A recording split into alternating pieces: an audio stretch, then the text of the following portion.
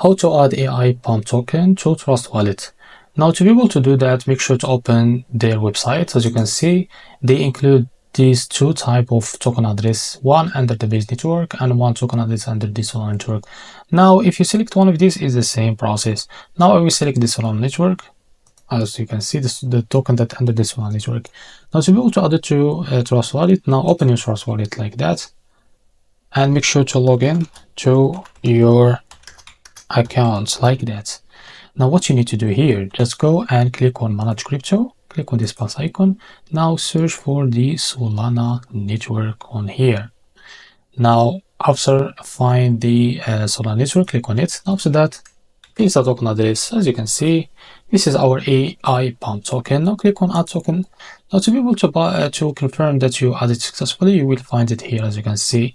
So this is how to add AI pump token to Trust Wallet. If you found this very helpful, please like and subscribe. See you in the next video.